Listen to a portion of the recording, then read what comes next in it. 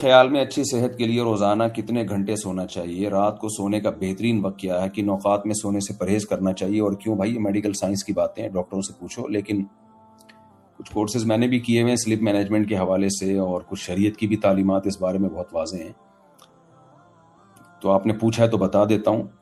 یہ سوال نہ کہ کتنے گھنٹے سونا چاہیے، یہ ایسا ہی ہے جیسے کوئی پوچھے کتنی روٹیاں کھانی چاہیے۔ ہر شخص کی ضرورت دوسرے سے مختلف ہے، اس میں کوئی لگا بندہ معیار نہیں ہے۔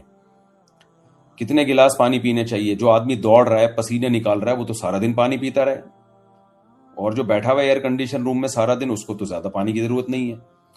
جو محنت مزدوری کے کام کر رہا ہے اس کو زیادہ کھانا پڑتا ہے، جم جا رہا ہے اس کو تو پروٹین زیادہ لینا پڑے گا، اور جو سارا دن بیٹھا ہوا ہے آفس میں کام کر رہا ہے وہ تو 2 انڈے سے زیادہ کھائے گا تو تیسرا انڈا تو جا کے لڑ جائے گا، اس کو لیور کو نقصان پہنچائے گا۔ تو اس لیے ہر شخص کی ایکٹیویٹی دوسرے سے ڈیفرنٹ اور مختلف ہوتی ہے، تو اس لیے جو ہم حکم لگا دیتے ہیں نا روزانہ 8 گھنٹے سونا ضروری ہے اور روزانہ اتنے گھنٹے سونا، بھائی ہر شخص کی حالت دوسرے سے مختلف ہے۔ تو جو دماغی کام کرنے والے لوگ ہیں ان کو نیند زیادہ چاہیے، اور اللہ نے ہر ایک کی باڈی بھی دوسرے سے الگ بنائی ہے۔ آپ نے دیکھا ہوگا بہت سے لوگ بہت کھاتے ہیں لیکن پھر بھی باریک سے رہتے ہیں، بالکل پھرتیلے، کوئی ویٹ نہیں بڑھتا۔ تو اسی طرح بہت سے لوگ تھوڑی سی نیند کے بعد بھی بہت فریش ہو جاتے ہیں، اور بہت سے لوگ گھنٹوں گھنٹوں پوستیوں چرسیوں کی طرح پڑے رہتے ہیں، کچھ نہیں ہوتا ان کو۔ تو اس لیے یہ آپ خود فیصلہ کریں کہ آپ کے لیے کتنے گھنٹے سونا ضروری ہے۔ اس کا طریقہ یہ ہے کہ رات کے اول وقت میں سوئیں۔ یہ جو ہم 9:30 بجے بیٹھے ہیں نا لائیو سیشن کے لیے، یہ بھی صحیح وقت نہیں ہے۔ 9:15 بجے آج کل عشاء کی نماز ہو رہی ہے، عشاء پڑھتے ہی سو جائیں، عشاء کے فوراً بعد۔ اصل ٹائم یہ ہے سونے کا، اور رات کو 12 بجے آپ کو گہری نیند میں ہونا چاہیے۔ تو آپ دیکھیں ڈیلی سو کے کہ جلدی سوئیں۔ اچھا، رات کو جلدی سوئیں گے تو تھوڑی نیند آپ کے لیے کافی ہو جائے گی، اور دیر سے سوئیں گے تو زیادہ نیند لینی پڑے گی۔ تو اول وقت میں سوئیں، اور پھر آپ گھنٹے ناپیں اپنے۔ چاہیے کسی نے بڑی پیاری بات کہی ہے کہ اٹھنے کے لیے الارم نہیں لگانا چاہیے، بہت پیاری بات کی، ایک ڈاکٹر صاحب ہی کی بات ہے کہ ہم الارم لگاتے ہیں کب اٹھیں ہم، یہ غلط ہے۔ الارم سونے کے لیے لگائیں، کب سوئیں ہم۔ اٹھائے گی آپ کو فطرت، خود اٹھائے گی آپ کو جب آپ بالکل فریش ہو جائیں گے نا گہری نیند کے بعد، آپ تو فطرت خود کہے گی کہ اب نیند آپ کی پوری ہو گئی ہے۔ ہم لوگ ایک تو سوتے دیر سے ہیں، اوپر سے الارم لگا کے اپنی گہری نیند سے اپنے آپ کو ہڑبڑا کے اٹھاتے ہیں، یہ اور زیادہ نقصان دہ ہمارے لیے۔ تو بچوں کے ساتھ تو بہت ہی ظلم ہو رہا ہوتا ہے، رات کو دیر سے سوتے ہیں، صبح اسکول کے لیے ان کو ویسی گہری نیند سے اٹھاتے ہیں جیسے مردے کو قبر سے اکھاڑا جا رہا ہے۔ تو اس لیے بچوں کو بھی رات کو جلدی سلا دیں، وہ گہری نیند سو کے نا صبح تھک کے خود ہی اٹھیں گے وہ۔ تو اگر آپ 9:30 10 بجے سو جاتے ہیں تو گہری نیند سو جائیں آپ، اور جب آپ کی آنکھ کھلے گی آپ محسوس کریں گے میں بہت فریش ہو چکا ہوں، وہ ٹائم نوٹ کر لیں۔ کسی کا وہ ٹائم 6 گھنٹے ہوگا، کسی کا 5 گھنٹے ہوگا، ہو سکتا ہے کسی کے 4 گھنٹے ہو، 4 گھنٹے میں فٹ فاٹ ہو جائے وہ۔ تو اس کے بعد پھر اپنے کام تہجد پڑھیں اور اپنے کاموں میں لگ جائیں۔ ہمارے ایک دوست ہیں، وہ کہتے ہیں میں صبح 2 بجے اٹھتا ہوں، حالانکہ لوگ رات 2 بجے سو رہے ہوتے ہیں۔ لوگ کہتے ہیں 9 بجے سو جاتے ہیں، 9:30 بجے، اور کہتے ہیں صبح 2 بجے میں اٹھ جاتا ہوں فریش ہو کے۔ آپ تجربہ کر کے دیکھیں تو 3-4 گھنٹے میں ایسی خاندانی سے فریش ہو جائیں گے نا آپ۔ اور پھر نبی کریم صلی اللہ علیہ وسلم رات کو جلدی اٹھنے کے بعد فجر کی نماز سے پہلے 10-15 منٹ تھوڑا سا شارٹ نیپ لیا کرتے تھے فجر کی نماز سے، یعنی سنتیں پڑھی، فجر سے پہلے 10-15 منٹ تھوڑی سی اونگ لے لیا آپ نے، تھوڑا سا ہلکا سا سو گئے آپ، اور پھر دوپہر کھانے کے بعد قیلولہ، آدھا گھنٹہ پونا گھنٹہ تھوڑا سا آرام کیا آپ نے۔ تو یہ بہترین روٹین ہے اگر کسی کو اللہ اس کی توفیق دے دے۔ کیا حرام طریقے سے حاصل کیا گیا علم خود بھی حرام ہوتا ہے، اور کیا اس سے کمائی یا پیشے میں استعمال کیا جا سکتا ہے؟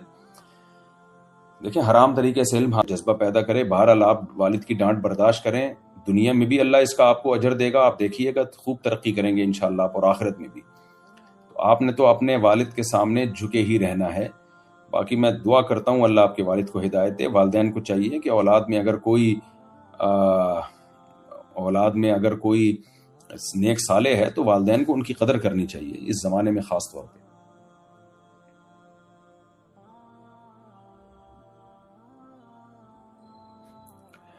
مفتی صاحب، آپ نے سفر پہ جانے سے پہلے فرمایا تھا کہ آپ 3 روزہ کورس کروائیں گے اور پھر شاید سرٹیفکیٹ بھی دیں گے، تو آپ کب کروائیں گے؟ وہ کورس ابھی آدھے سے زیادہ کمپلیٹ ہو چکا ہے، میں اس پہ کام کر رہا ہوں، آپ دعا کریں جلدی مکمل ہو، پورا زور آج کل میں نے اسی پہ لگایا ہوا ہے۔ ما من احد یسلم علی الا رد اللہ علی روحی حتی ارد علیہ السلام۔ جزاک اللہ، آپ نے ابو داؤد کی حدیث پوری لکھ کے بھیج دی۔ نبی کریم صلی اللہ علیہ وسلم نے فرمایا جو بھی مجھے سلام پیش کرتا ہے تو میں اللہ میری روح لوٹاتے ہیں اور میں اس کو سلام کا جواب دیتا ہوں. روح لوٹانے کا مطلب کیا علماء نے بتایا ہے. حضرت مفتی رشید احمد صاحب نے بھی اصل الفتاوی میں لکھا ہے اس پر کہ روح لوٹانے کا مطلب یہ ہے کہ نبی کریم صلی اللہ علیہ وسلم کی روح مبارک عالم برزخ میں جو اللہ تعالیٰ کے کمالات کا مشاہدہ میں مصروف ہوتی ہے تو وہ روح متوجہ ہو جاتی ہے اس دنیاوی زندگی کی طرف جس میں آپ پر سلام پیش کیا جا رہا ہے. اب یہاں ایک اشکال ہوتا ہے کہ کروڑوں لوگ ایک وقت میں سلام پیش کر رہے ہیں تو بھائی وہ برزخ کی زندگی ہے نا, وہاں ٹائم کے یونٹ اور اس زندگی کے ٹائم کے یونٹس میں فرق ہے.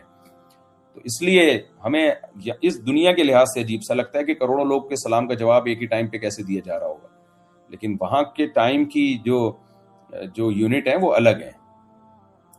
کیا کرونا یا کووڈ 19 میں مرنے والے شہید ہیں اور اگر وہ نمازی نہ تھے کیا سیدھا جنت میں جائیں گے؟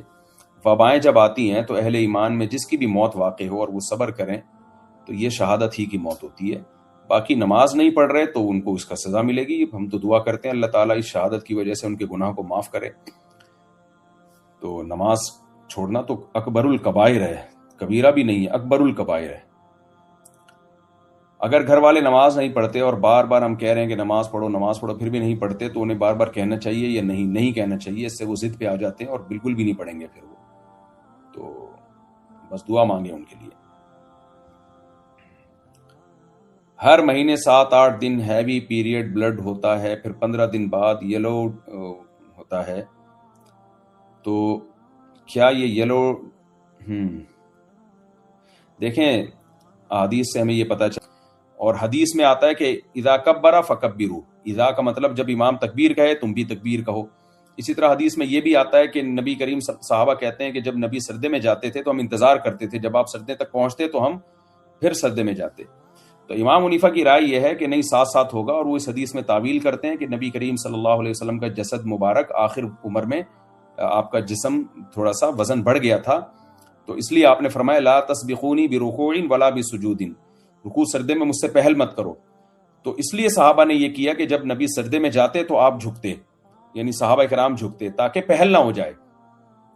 ورنہ امام حنیفہ کی رائے ہے کہ اصل مطلب یہی ہے کہ امام کی اقتداء کا ہمیں حکم دیا ہے. اذا آتا ہے معیت کے لیے کہ جب امام یہ کرے, حدیث میں آتا ہے تو تم بھی ساتھ ہی کرو. لیکن صاحبین کی رائے یہی ہے, جو جمہور کی رائے ہے وہ یہ ہے کہ نہیں پہلے انتظار کیا جائے گا. میں سمجھتا ہوں کہ اس زمانے میں یہ دوسری رائے زیادہ صحیح ہے, کیونکہ اگر بالکل امام کے ساتھ جائیں گے نا تو اس بات کا آج کل بہت خطرہ ہوتا ہے کہ لوگ پہل کرتے ہیں. اور میں تو خود امام ہوں, میں دیکھ رہا ہوتا ہوں, مجھے پتہ چل رہا ہوتا ہے کہ ہمارے سردے میں جانے سے پہلی پبلک سردے میں پہنچ چکی ہے. اس لیے میرا خیال یہ ہے کہ اس زمانے میں صاحبین اور جو جمہور کی رائے ہے اور ایک حدیث سے اس کی تائید بھی ہو رہی ہے, اسی رائے کو فالو کرنا زیادہ بہتر ہے تاکہ لوگ امام سے پہل نہ کریں, کیونکہ امام سے پہل کرنا بہت سخت جرم ہے, زیادہ بڑا مسئلہ ہے. اچھا بھائی, اگر چوری کیے ہوئے پیسے, بھائی صاحب بیچارے کا سوال ہی غائب ہو گیا. مفتی صاحب کیا مرد کے گھر پہ مسل نماز پڑھنے سے مرد کی نماز ہو جاتی ہے یا نہیں ہوتی؟ کیا مطلب مسل نماز, یہ کیا ہوتا ہے؟ اور کیا یہ گھر پہ نماز پڑھی تو کیا یہ قبول ہوتی ہے کہ نہیں؟ اچھا میرا خیال ہے یعنی جماعت سے نماز نہیں پڑھ رہے, گھر پہ نماز پڑھ رہے ہیں. نبی کریم صلی اللہ علیہ وسلم نے فرمایا لا صلاۃ لجار المسجد الا فی المسجد, جس کے قریب میں مسجد ہو تو اس کی نماز گھر میں نہیں ہوتی. تو بہت شدید وعید ہے کہ فرض نماز مسجد میں جا کے ہی پڑھنا ضروری ہے. باقی علماء نے دوسری حدیثوں کو سامنے رکھ کر اس کا مطلب یہ بیان کیا ہے کہ اگر کوئی گھر میں انفرادی نماز پڑھے تو نماز کا تو جماعت چھوڑنے کا گناہ ملے گا اور 27 درجے ثواب سے وہ محروم ہو جائے گا. تو فرض تو ادا ہو جائے گا, قضا کرنے کے گناہ سے تو بچ جائے گا, لیکن بہت بڑے ثواب سے اس کی محرومی ہوگی. اس لیے فرض نماز مسجد ہی میں جا کے پڑھا